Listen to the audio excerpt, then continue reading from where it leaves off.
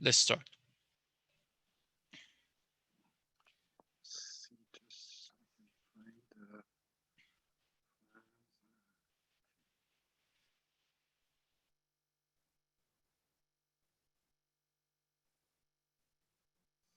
You see the screen? Yes. Yes. So, Bismillah ar-Rahman ar-Rahim. والذين آمنوا وهاجروا وجاهدوا في سبيل الله بأموالهم وأنفسهم أعظم درجة عند الله وأولئك هم الفائزون. Those who believe and have left their homes and striving with their wealth and their lives in God's way are of much greater worth in God's sight. There are they who are triumphant. I will start again with this verse, and the reason is one of the things I want to emphasize. The spread of the Shia Islam and even Islam in Iran was gradual, very slowly, and by dedicated individuals, which they devoted. At first they migrated, many of them maybe from Kufa, from Sadat, Alawites, migrated to Iran, different places, spread the message, maybe established governments, which we see to the local states, and gradually spread the Shia Islam. Sometimes they have setbacks, the region becomes Shia and the less Shia, but gradually get roots in it and established in this land. So as it was said, yeah, last time I was thinking to do just one lecture, but then it was brief and a little bit dense. It was dense, and now after that I decided to expand it out, so make the whole mini series about this, because I had another idea in mind. And one of the things I want to emphasize, going to Shah Abbas is starting with Shah Abbas or Safavids is late and wrong. And we have to know about many other stuff before getting over there. So, and I'm not going to discuss that Safavids now. And even I was not intending to discuss it because, but maybe, okay, if we go a few lectures, maybe I have, because this is maybe of interest, I need, or I'm pretty sure that some of our friends know that very well too. I mean, but the point is this: my focus, as I said last time, was maybe early centuries, maybe first 4 centuries, and then the issue of Imam Reza. What was the situation of trip of Imam Reza to Iran? Partially, I've said it. You can see, feel the if you some of the words you put them around each other, you can notice it. And I intend to talk about it maybe later. Actually, maybe next lecture or the lecture after that, because it's an important event. But to answer you, there were not that many. Even the whole, I show you the slide. Even the whole conversion of Iran to Islam uh, picked up at that time, but not the whole Iran was converted. Maybe you're talking about 50% or something like that. I had the slide. I can show it to you again if needed. So just to answer those questions already. And then the other thing is this, then they let know all Shias, but there were Shias, there were. And there were that and then and then we discuss also we need to distinguish between political Shia, religious Shia, and why Ma'mun did it. So this is a more complicated story. So I'm not going to go through that. So let's today just focus. Okay, I mean, as I said, this is the slide I had. It was the fourth century, so not much for now. At least I intend to go. And then we talk about Shia Islam. We can talk about Imamis, Zaydis, and Ismailis. And I talked briefly about Ismailis, Imamis last time, and especially the Qoms and Ash'ari. And the last time said there's the tale of two cities, Kufa and Qom, and one important tribe, Ash'aris. And I need to explain more about Ash'aris. But today I want to go back to the Zaydis and bring to the Zaydis that somehow is the right time, then going back to the next lecture of maybe more explain about Ash'aris and then Baghdad, school of Baghdad. And as I said, I'm not going to discuss about the Ismailis, although in some sense in the centuries before Mughal invasion, which is few hundred years before Safavids, Ismailis have maybe the more important role. We have about them, Hassan Sabah, Alamud, all those governments, but I'm not at all not thinking about the Ismailis. Today will be all Zaydis. And then I want to just emphasize the picture you saw is the tomb of the Mazar of the Al-Hassan al-Utrush in Amul. And kind of he's the iconic figure of Zaydism in Iran, and have an interestingly very important role, as we see today, converting even the northern part of Iran to Islam, to Shiism and Zaydism. So we go kind of discuss that. So today the focus is on Zaydis. The first thing, the Zaydi religion is somehow connected to the revolt of Zayd ibn Ali ibn Hussein, which was the son of Imam Zayn al-Abidin. He revolted before, near the end of Umayyads, Safar 122, 10 years before the end of the Umayyad dynasty. His was in Kufa, his time of Hisham ibn Abdul Malik, the last big Umayyad Caliph, powerful Umayyad Caliph. But the revolt didn't succeed. Again, as before happened in Kufa, many people pledge allegiance, they promised, they didn't come much. At the first day or two, he was successful, but then at the third day, the things turned back, and in the war in the Kufa, he was wounded and died the next day. So the Zayd revolt, in one sense, is just to the Kufa, not the Iran. And remember, we discussed that what happened in the Mesopotamia or the base in Iraq is different from what is the plateau in Iran. But out of Zaydi uprising, Zaydi Shia Islam come out. Maybe these were not exactly the ideas Zayd himself had, because I know, I mean, depends what you have, what Zayd did really think or thought, or we don't know exactly. But okay, this comes out of that Zaydi movement, which has some interesting features. And one of the features is this: they become politically very militant, but religiously more moderate, comparing to the Imami Shia. So these two features you have to see. Politically, they're militant. I want to emphasize they want to uprise any situation they get. Anytime they get, we should take sword uprising. But religiously moderate in the sense their view respect the first few caliphs, especially the first two. So they developed, these are important. I think these are important more than even the history of Zaydi or Shia in Iran about the Zaydi religion. And then you have to notice things may change in time. And then have in mind the Husi of Yemen are technically Zaydi, but you have to see. Okay, they developed a doctrine of Imamate distinctly at variance with that of Imamiyya. They neither accepted a hereditary line of Imams nor considered the Imam as divinely protected from sin and error. So they believe, okay, so you see, they believe that there was a designation of Hazrat Ali and Imam Hassan and Imam Hussein. And they believe the imams, which is the way they define it. That's also should be careful. The word imam here is different than we Shia imam use it. It is not necessarily hereditary. It must be the line of Imam Hassan, Imam Hussein. It must be Hassanid or Hussainid. But it could be not, the imam will be the cousin of the other imam or the grandfather of the other imam. So it's not necessarily completely. And then they do not, it seems, believe the asma of their imams, which I think is better in the sense when comparing to Ismailis, which assuming asma for the one who's not masum is much more dangerous than I think than considering do not considering a masum as masum.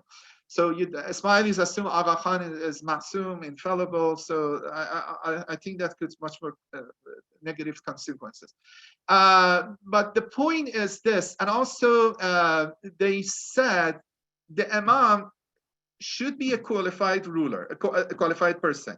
He must be good learning, qualified religious learning, but also his duty is this: when the condition is right, he should rise by arm against the illegitimate rulers.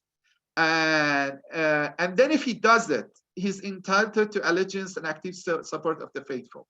So then you see that imams are somehow the people which usually educated, they're scholars when they call them imams.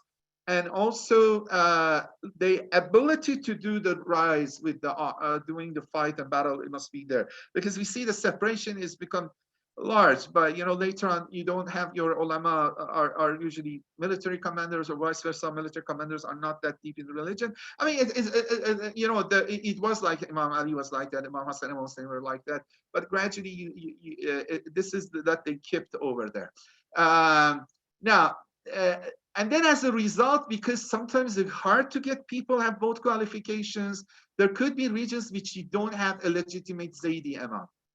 And then in the absence of any, so it must be a descendant of Imam Ali to be Imam. So that kind of, they keep the rule in Bani Hashim, and the Hassanid, Hussainid, to distinguish with the Kaysani, they took Muhammad Hanafiya out, so they were sensitive about that. So they, in the absence of any Ali claim possessing the high qualifications of religious ruling, the Zaydis often pack another Ali, Alawite rulers, another Hassanid, Hussaini, but they don't call them Imam, they call them Da'i. So they have two phrases, Imam and Da'i. We should be careful about both. And then, Ismaili said Da'i too, but the terminology in Zaydi is different. So the Imam of Zaydis is not Masum. Imam of Zaydis must really uprise with the arm, so they don't accept the Imam. You become Imam if you have uprise, but you really want to take in charge of political power.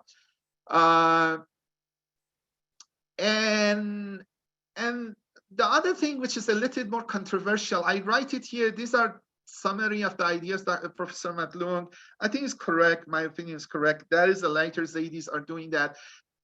Especially their view regarding the rest of community. That was more crucial. They are less severe in the condemnation of the other side of community, or especially the first two caliphs. They believe there was a nas for Imam Ali, Imam Hassan, Imam Hussein. If you don't believe that, then you're not in Shia. But their view was that nas, maybe if Qadir wasn't very clear, or at least we can say, okay, they minimize the offenses of the companions, early community, and the two first caliphs, and those support them. They say, okay, maybe it wasn't clear to them. Maybe they have good intentions. That's not the view of Shia Imamiyya, at least those first centuries and now. The idea was that things were clear. They committed a grave sin. They followed their lust or for power.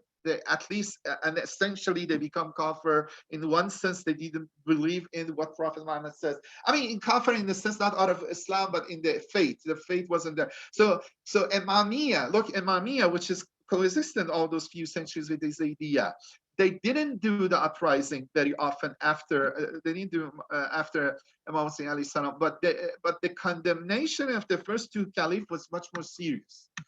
You see, this is it. But this allows the Zaydis be much easier mixed with the larger community, be among Sunnis. This is important religiously. They mix with both communities. Although despite Imamiyya's hadith wants to keep the narrators mostly from Imamiyya, but we have from Zaydis and other ones too. Like all Jarud, we see hadiths of the Jarud, which is in the Kolani too.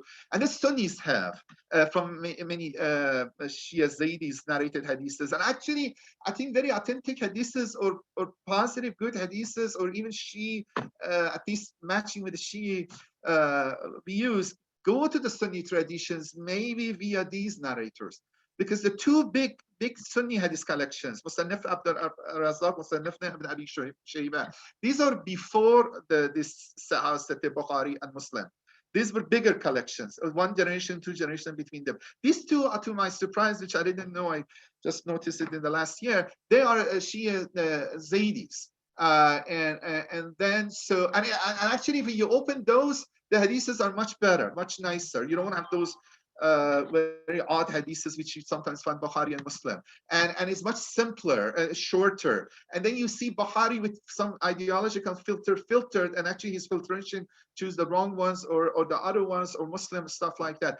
So Zaydis have much more influence that sometimes now what we recognize. So these are some explanation about Zaydism as a religion. so with their strong revolutionary motivation, however, they were close to Kharijites. In that I emphasize, they always Kharijites, which were really yeah, like this ISIS guys, immediately they have to rebel, fight. You know, their jihad. It was. I mean, I let to be caricaturize them. There are also some interesting points about them. We have to, but that's another story. But because of this revolutionary zeal, they pose always more immediate threat to the established caliphate than quietist Imamiyah.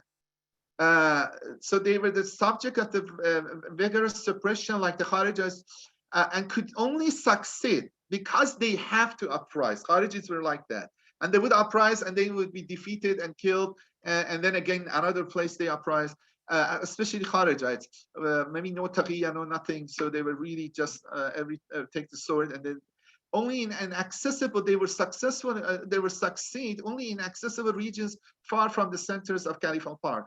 And so, you know, the government wasn't much worried about Imamiyya after a while. I mean, these guys are okay. They don't like Abu Bakr and Omar. They don't accept us, but they just do their prayers. They do their, they don't, okay, as far as they don't care about my political power, that's their view. But that's the strategy. And now, you know, I think it's a vindicated strategy. But you have to see, also Zaydis did their services.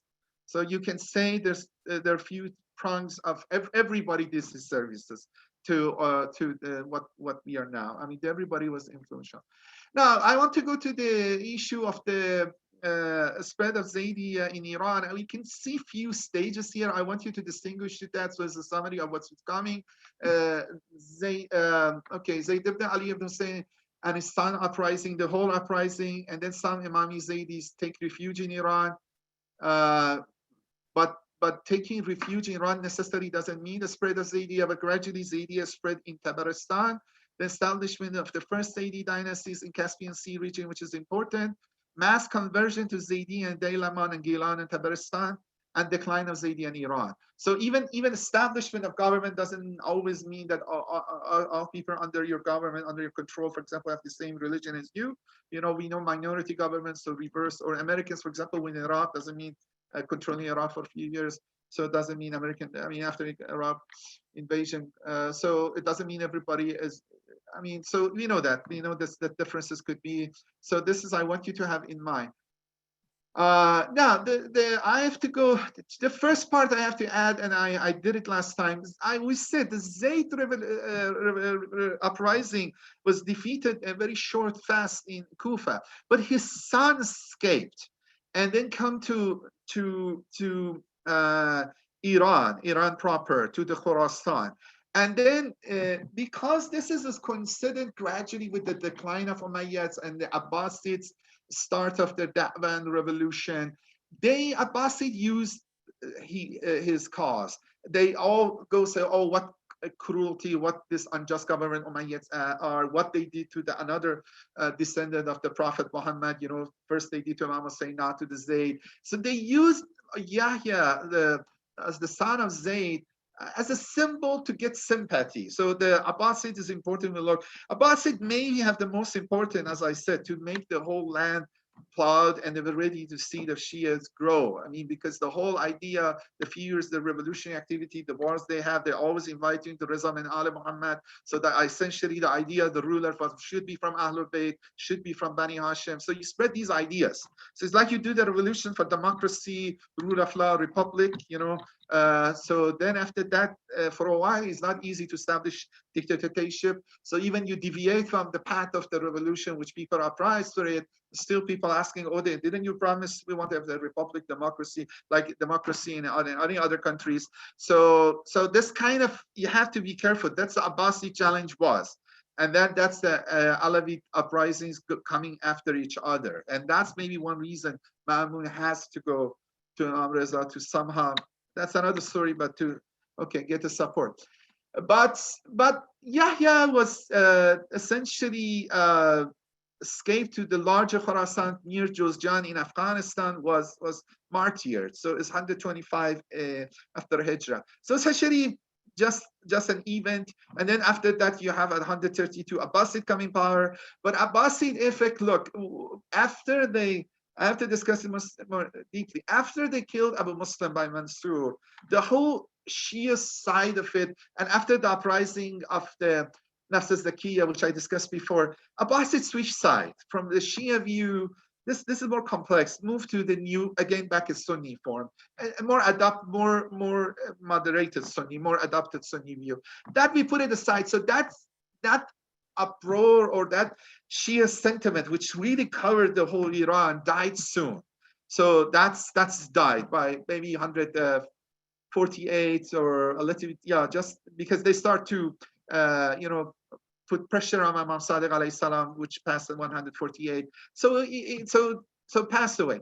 Now, what happens is this, maybe the first start of the Zaydiyya, and as important is for Shia, spread of even Shia in Iran. Look, 5 decades later, after the uprising of Zayd, in the time of Harun al-Rashid, and not a Hassanid, which this is the brother of that Nafs Zakiya, which I talked in one of my other talks. I'm not going to that, which was involved in some rebellion in Hejaz, I think felt unsafe to stay back over there and then find refuge with a so-called Justanid king in the Daylaman, in the Rudbar, in the mountains of Daylaman, in the northern, near the Caspian Sea. I will show you the map with some of his Kufan supporters. So he was in an uprising in Hejaz, and then that uprising failed. A couple of uprising. So he come to northern part of Iran, this Daylaman, and get refuge for the king, which Justanid king. This is the first Justanid king, and it seems he wasn't even a Muslim at that time. And I think that's true. At this, the comment is this, and I will show you a map. Just let's read this. The Daylamites were not yet converted to Islam, and there is no evidence that his brief stay before his surrender to Barmakid al-Fazl ibn Yahya opened the region to effective Zaydi penetration. Look, here, the central government of Harun was very worried that maybe suddenly Alawites get a foothold in Daylama. And then they send a very large army by Persian, so his Barmaki family, to somehow fight. But instead of fight happened, some deal was taken, some money was paid to the Daylamite king, and then Yahya gave up himself. Look, this is important. Let me show you the map. After the conquest of by time of Abu Bakr, Umar, Osman, and then Muawiyah, nearly all of Iran was conquered, including the Tabaristan. And they entered the Tabaristan, you see, from east, from Gorgan area, which is more plateau, flatland, and opening. But the Muslim army, after about 150 years or a little bit more, were not able yet to conquer Daylaman and important part of Gilan. Look, you see the map, and then these are very stubbornly the people in Daylaman, and the Gilan, so Tabaristan, Daylam, Gilan, but resisting Muslim armies, and they defeated them. And then, it's a very mountainous and also forest area, and they are physically strong. And then the Daylamis become a kind of boogeyman for the Abbasid soldier. I'm not saying that way. I don't have better comparison. Look, the way how we feel about ISIS, this Abbasids start to feel about Daylamis. But Daylamis were not cruel, but just defending their land. But they sometimes come out of their strongholds. They come down the mountains, attack the Qazvin. They want to get Ray. So you see, if you come from the east, you get to the Ray and Tehran and Karaj. If you come to the western side, you come to the Qazvin. And that's the frontier of, they call it Balad al-Islam and Balad al-Kufr. So these parts were not converted to Islam. There was Zoroastrian or whatever kind of form of religions, pre-Islamic religions they had, they stick to it. Tabaristan, no. So you see Sari, and then maybe too close to Amo was conquered. They were not necessarily all converts, but they're under the rule of the Muslim rulers, Abbasid or any local ruler. And then in the root bar and then near this Daylam, this Jostanid kingdom start to be established. And for whatever reason, there are details. This king let the Yahya ibn Abdullah came, okay, and then he get the presence over there, but then he gave up himself.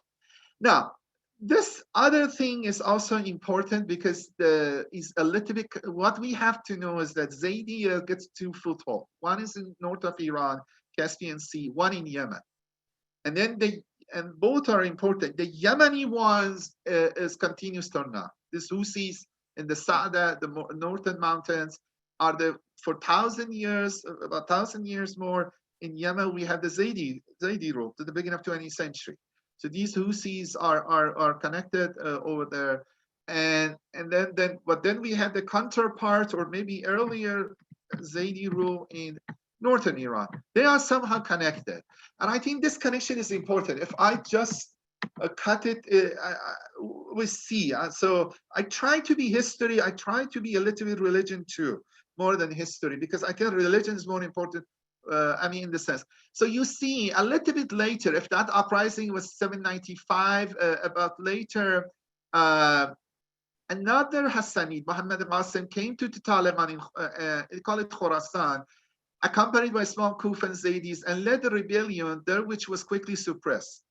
Again, so another second person come now, this time not to the north, but to the Khorasan. But still, this person is important. We will see that later on. So he may come more to, I don't know, to the eastern part, or Alamut Aldo is here. I don't know why, maybe because the whole region is, yeah, Taliban is here. I'm sorry, but anyway, they call it Khorasan. Maybe it's in south of the mountains in that sense. This is not exact, but that's the point. Now, so we have till now two persons with Zaydi tendencies, or at least Alawite tendencies coming, and but it seems their effect wasn't permanent. Just they come over there for a while, and then they were suppressed, or they give up themselves. But there is a start to the spread of the Zaydi teachings in these regions. And this was done by an imam, which is Al-Qasim ibn Ibrahim al-Rasi, which was in Medina. And then now people knows, you see, around that middle of the 3rd century, that people from Tabaristan start to send their questions, religious questions, to this person. The same way Imamis from Qom send their questions to the Imami Imams. These Zaydis in Tabaristan start to send their questions to Ibrahim Rasi. So it means those two presents, maybe the second one was more to the south, but the first one especially had some effect, at least get some conversion. And then it seems that Western Tabaristan, Ruyan, Kalar, and Chalus become the first base of Zaydi Iran. In the sense, you got converts to the Zaydiyya. So these 3 cities you see. So, Chalus, this is not Western Tabaristan or Daylam. I'm not sure how exactly the border we should get, but still you see there is an easier path to get here. So this is the first converts. Now, so just this, remember, this Qasim Ibrahim al-Rasi is a religious scholar. People start to ask him questions. After 4 years after he died, a rebellion happened in this region. And the rebellion happened, I had the details, I maybe have a slide, I'm not going to do that. Look, there are 3 Persian dynasties, we will hear them, we heard them in our history books, which are semi-autonomous. The first one was Tahiri, the first Persian dynasty after the conquest, and then you have Safarian, and then you have Samanids. So these are mostly in Khorasan. These Tahiris were controlling this Tabaristan area, but they were unjust. They were not treating people right. And then some of these people may be Muslim, some not Muslim, some Shia, some Zaydi. Then an uprising happened. And then the uprising happened, and they get the control. First, they went to the local Alawites, but that he suggested to go to a Hassanid, which is with Zaydi tendency from Ray, and called him from Ray coming. So again, this Ray also was a center of Shiism. We know before Qom was the center of Shiism. I mean, maybe Imami, but in Ray we have other forms too. And then the leader of the revolutions, the names I haven't here, but the name was Muhammad and Jafar, but they were son of Rustam. So this suggests the father maybe wasn't a Muslim, but they converted to Islam, they converted to Shia Islam, and then Jafar maybe indicate by that time, and then they did the rebellion, they get the control, and they invite this Hassan ibn Zayd. This Hassan ibn Zayd is the starter of the really Zaydi dynasty in Iran. And then he has a title called Da'i al-Haq. These titles also, you see, we get three of them today: Da'i al-Haq, Hadi al-Haq, Nasr al-Haq. He established his capital near Amul. Then after him, his brother came power, Muhammad ibn Zayd. I was saying most about this Hassan. This is not the same Zayd. You know, the martyr Zayd is not. These are few generations away. The Zayd died 122. This guy's 250, 280. So it's few generations later. But these two kings are important. These two rulers are important. One is Hassan ibn Zayd and Muhammad ibn Zayd. They established the first, not only Zaydi, but Alawite, and even state in Iran, and even the first Muslim state in the maybe some part of Daylaman, or I mean, at least the independent states, Alawite states over there. But their government wasn't that long, it was about 37 years, about 250 to 287, which they were defeated by a Samanids army. So you remember the third dynasty, a Samanid dynasty. But religiously, this Hassan ibn Zayd did some interesting stuff. I'm going to expand on it. This is interesting. He used Shi ritual and law and Mu'tazili kalam. Although I kind of will expand this a little bit more detail. Maybe it's not fully Shi, and then if Shi is Zaydi, and the Zaydi itself, we have to be careful. Sometimes it's a little bit different. But still, it's interesting. So as a government, as a ruling people, he go for judgment, stuff like that. His brother followed him. His brother maybe did more religious reforms. I mean, besides politically getting hold of power. And then he invited two prominent Mu'tazili theologians, Abu Qasim al-Balkhi, Abu Muslim al-Isfahani. If some of you listening to the lectures of Agha Ansari, Mr. and Dr. Ansari, he actually mentioned these two theologians. And then it seems, remember, these two leaders, two brothers, Hassan and Muhammad ibn Zayd, technically they were not Zaydi Imams. So technically their title is Da'i. I don't know how you can call somebody Imam or Da'i is different, but they were educated. They were scholarly with the sword. So they established a government. They wrote a book. The opinion regarding the influence of them in the future Zaydism is a little bit different. Here, Professor Matlung says they were not much effective influence the latter Zaydism. But there are evidence maybe it is not. I will show you a little bit Farsi, but at least we can look to what is their effect was in of latter Zaydism, which was in mostly Yemen, but what was in Iran, we can see it more. One of the things is that the first brother was a little bit zealous, and his Shi'i Zaydi views sometimes oppressed or was a little, at least harsh, maybe to at least to the Nasibis, or non-Shi'is.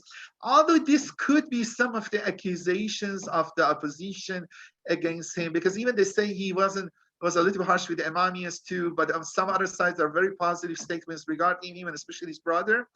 Now, one important thing is this: while he was ruling, he attracted one interesting person, and that is the grandson of that Qasim and Ibrahim, which was the scholar which the Yemenis start to ask him questions. It was one of the first imams, Qasim and Ibrahim, Qasim Ibrahim Rasi, which the first Zaydi start to ask religious questions from him. Like you have an imam, you know, when we sent to the imams 6, 7, 8, the Zaydis send their question for this person which lived in Medina. But what is his grandsons come to Tabaristan, see the government which is established by these Zaydis, brothers in Tabaristan or some part of Daylaman, but the relationship get a little bit sour. You know, he later on uprised in Yemen and established the Zaydi dynasty in Yemen, and his title was Hadi al-Haq.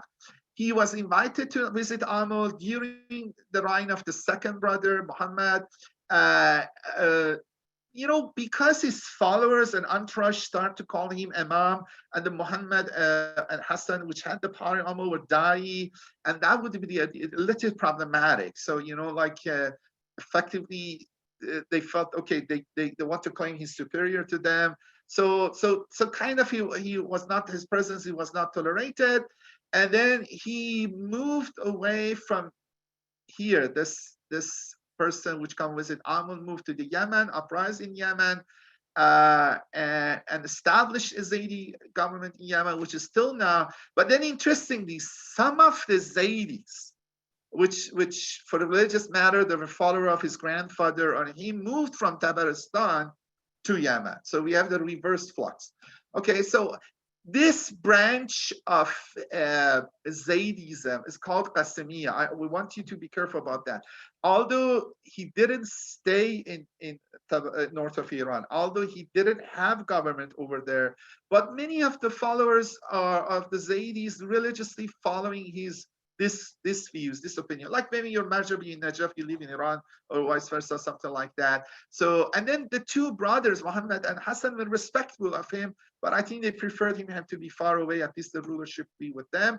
So you see that the two Tabaristan and Zaydis and Yemeni Zaydis were connected or related together. Now, I want to go this part. So I know I'm a little bit short in time. I try to finish maybe by 50 minutes. So look, one of the things I want to at least see what effect these two brothers had is this. The question is that what fact they follow is that we have examples of people that were religiously Zaydi and following fiqh Hanafi. So this is, for example, there's a guy, Abu Barakat al-Husseini, says, I'm Zaydi. I'm sorry, I couldn't translate this English, so I will read for you. I'm Zaydi, but I give opinion in Abu Hanifa. So this mixture, because when they don't believe in fallible imams, and imams were like ulama al-abrar, knowledgeable, pious scholars. So maybe you listen to something Imam Ja'far al-Sadiq, the other one you listen to Abu Hanifa. So Imam Ja'far al-Sadiq becomes, for this, some of these Zaydis, another Imam besides of those other four Sunni Imams. But putting this aside, which maybe, but they have done important reforms which has helped to spread the Shia. First, they emphasize the following and implementing the Book of God and the Sunnah of Rasulullah, which with the one which is narrated through the right channel. This right channel is from Imam Ali. And then considering Imam Ali as the superior to everybody else, and then rejecting some of the theological views which is spread in time of Umayyads, jab. Umayyads were very vigorously pushing this. Tashbih, that's the similarity of the God to human being. Jab is everything is determined, God decide everything. And then stopping any negative criticism or bothering those who believe in Adl and Tawheed. So essentially, Adl and Tawheed were Mu'tazila, and then Mu'tazila were. This is the time Mu'tazila were oppressed. He let the Mu'tazila flourish, and then one of the things. برتری اعداءالله و دشمنان علی علیه السلام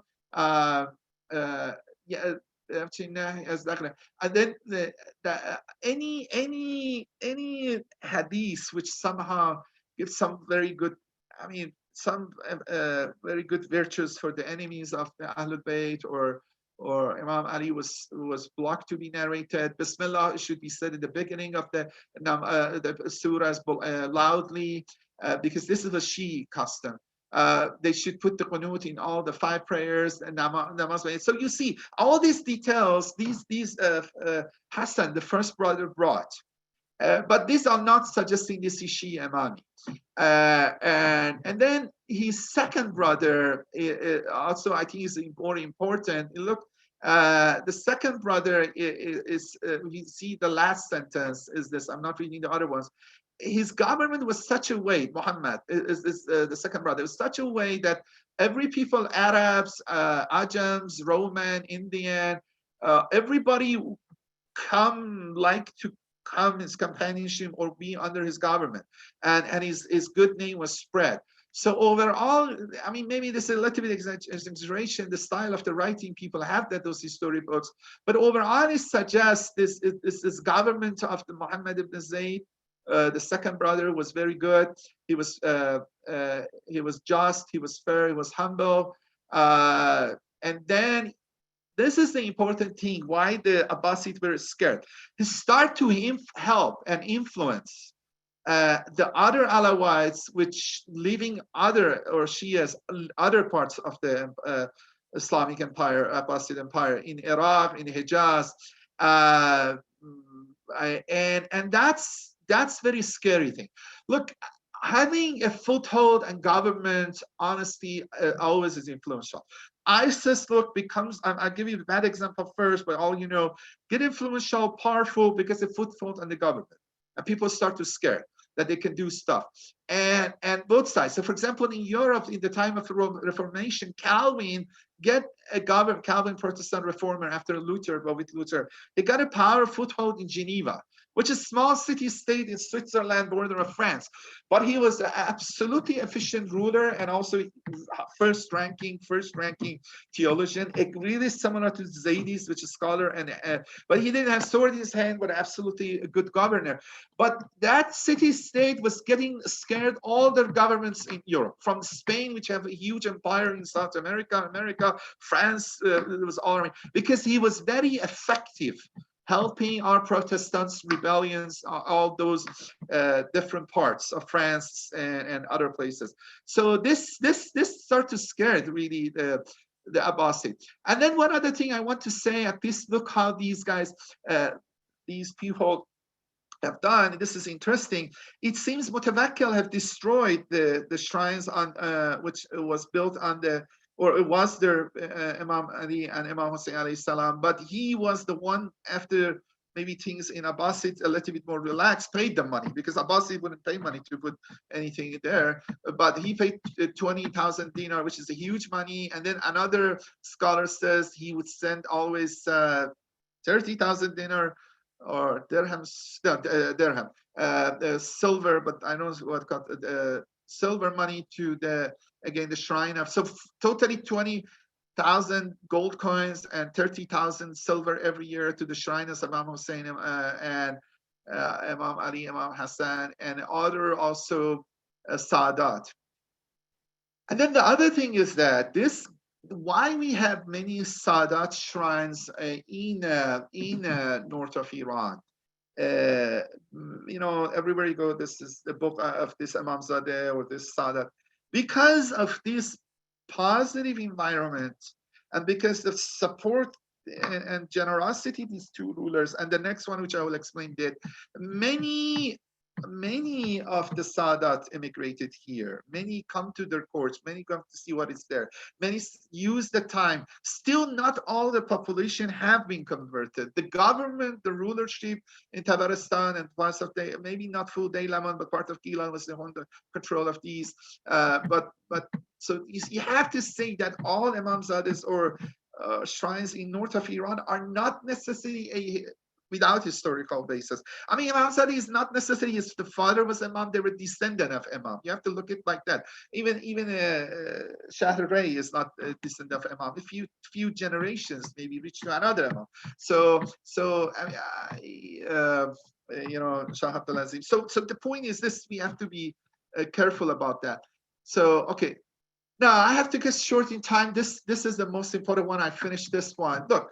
But as the last sentence said, and I said it, the government didn't continue for long. It was there for 36 years.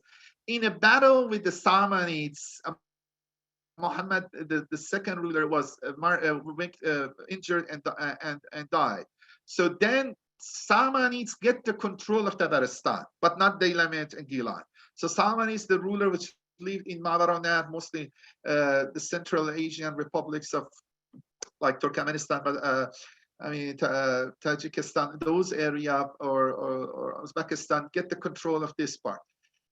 But the Zaydi Alid rule, it didn't that long. It didn't take that long. A few years, about 14 years, yeah, later, Hassan ibn al-Utrush and Nasirul al-Haq. So this is his own title. Get the control again, back Tabaristan back. And then he was a Husseini, Imam Hussein line. He was from Medina. He invited. He was in Tabaristan in the time of the rulership of those two brothers, Hassan and Muhammad. And then even he was. I tried to finish it by 5 minutes or something like that. Okay, and he had to come to Tabaristan in the reign of Hassan ibn Zayd, both Hassan and Muhammad ibn Zayd. He was in the war even when Muhammad died, but then he escaped, went to the raid. But this time, the Jostanid king, uh, which by now these Jostanid kings were Muslims, invited back him to Daylam and then ask him come here and then let's see what we can do together. This is not the first king. This is the third king of those Jostanid dynasty, but he's the Jostanid the third, the first one Jostanid the first. And then he start to do from Daylam, which is not conquered again by Muslim army or Samanid armies. He tried to go and get control of Tabaristan, but twice he failed. And then he decided, instead of going and spending time to capturing Tabaristan, establishing rule, let me spend to convert people to Islam or Tashayyu, Alawite. And that's Zaydi, or make him Alawi.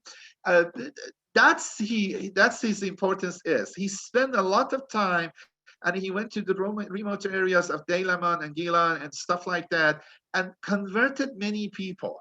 So he did start a religious cause. And then especially you will see the east of the Safed Road, the river, which divides Gilan in two parts, much becomes Zaydi, Daylaman become much Zaydi. So what is the change we have? We don't just have a government which is controlled by Zaydis. Now we have a population which are majority Zaydi. And then the other thing was this, his religious views were more closer to the Imami Shia. Although there's two other brothers which were also have Zaydi views, which were not far away from Shia, but still that Qasim ibn Ibrahim, the Imam of Zaydi from Medina, which was influential, and the Yemenis followed him, still have followers in Tabaristan, especially in Tabaristan. But in Daylam and Gilan, you get this version of the Zaydism, which was closer to Imamiyya, and then you will see. So essentially, we have a division a little bit in the northern part of Iran. Two types of Zaydis communities start to come existence. One is Qasemiya, more in Tabaristan, and one is Nasiri after him, more in Daylaman or eastern part of Gilan. That caused the rivalry and difference caused the decline of Zaydism later on. So because I have to finish, just I'll say his government at the end, he was successful to defeat the Samanids in a story which we are not going to go through it, and he established the government. So essentially established the government in 301, but from the defeat of 287 to 301, he did two uprising which failed, and then he invited people to Zaydism or Alawi Islam, Zaydi Shiism. He was successful to get the control of Tabaristan too and establish the government. And then the government was well famed, that it was very good. Look, Tabari says, Tabari is from there, the people had not seen anything like the justice of Al-Utrush, his conduct, his fulfillment of the right. And then this is the Justani rulers, this time is about Justan III, or the time of the Nasr al-Haq with Justan III. So this is just, I want to go. But I want to just show you a couple of sentences because I know I have to finish it. Look, the issue is this regarding the government of these Zaydis in north of Iran. Except I know that Hassan ibn Zayd maybe was a little bit zealot, but the government and Alawites or Zaydis in Tabaristan generally was a fair, just government. They were themselves pious, knowledgeable, and just people. Ibn Khaldun is not at all a friend of Shia, and even is very secular-minded at that time, is most ahead of his time, or at least being secular. I mean, he's his own views. Then Sakan al-Utrush Adilan Husn Sira Lam Yara Mislu fil Ayami. He was just, he was very good mannered. We didn't see some people like them. And then another one, Mar'ashi says, his manner was justice, fairness. forgiving, especially the second brother. And the many historians, which are not religious, Russian scholars says that in Tabaris and Gilan, there were just rulers like Hassan and Atrush. And then even the government, then we see the connection again, the Zaydis in Yemen, or Alawites in Yemen, which is sad. Again, many scholars say, okay, their government is good. And then it's the idea, I'm not going to the decline of the Zaydis. Gradually, the Zaydis declined because of the spread of Ismailism. When they open up the whole, become part of the empire, the Sunnism spread out, the governments become weak, the rivalry was there. They lost the government a little bit north of Iran, but there were some people, Zaydis, still the Shah Abbas, that mostly converted to Imamiyya. And then, but the important thing is this, as we see how the scholars talk about it, for example, Ibn Hazm even wrote that when this Hassan al-Utrush become to north of Iran, فَأَسْلَمُوا كُلُّهُمْ عَلَى يَدَيْهِ فَهُمْ كُلُّهُم شِيَّعٌ مُسْلِمُونَ. So he says most people of the northern part of Iran, Daylamat and Gilan, were not Muslim. They become Muslim in his hand and they become Shia. If the Khaldun says, كَانَ الْأُتْرُوسُ زَيْدِيًّا الْمَسَاوِ جَمِيعًا الَّذِينَ أَسْلَمُوا عَلَى يَدَيْهِ كُلُّهُمْ عَلَى مَسَاوِ الشِّيَّةِ. So he converted many people. So that's his effect is. And then, so we can summarize, but I stop with this slide. It says, the action or activity of Hassan al-Utrush in converting many to the Islam in Daylaman, which is following the ruler or activities of those two brothers, Hassan and Muhammad, was very, very spread out. And then, for example, so first he 13, 14 years invited people to Islam, and then in uprising get the government. And then, for example, another scholar says he invited people for 14 years to Islam, and then many people invited to him. Even Mas'udi says, the other famous scholar, that he moved people from Zoroastrianism to Islam. So you can see these guys are not only produced the first Shia government in north of Iran, they also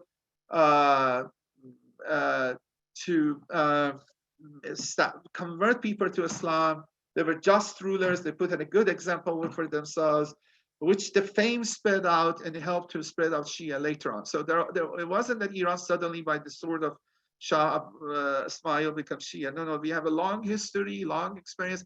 And okay, so I will finish it again by the Salawat al-Khasa from Imam Reza alayhi salam, the symbol, the protector, the essence of the Shiism in Iran. Allahumma salli ala ibn Musa ibn Reza مرتزى الإمام الطبي النبي وحجتك على من فوق الأرض ومن تحت الثرى الصديق الشهيد صلاة كثيرة تامية زاكية متواصلة متواترة مترادفة كأفضل ما صليت على أحد من أوليائك. صلواتی ختم کنیم. اللهم صل على محمد آل محمد. عجل فرجهم. دست شما درد نکنه. I think we are good to stop the recording. Sure.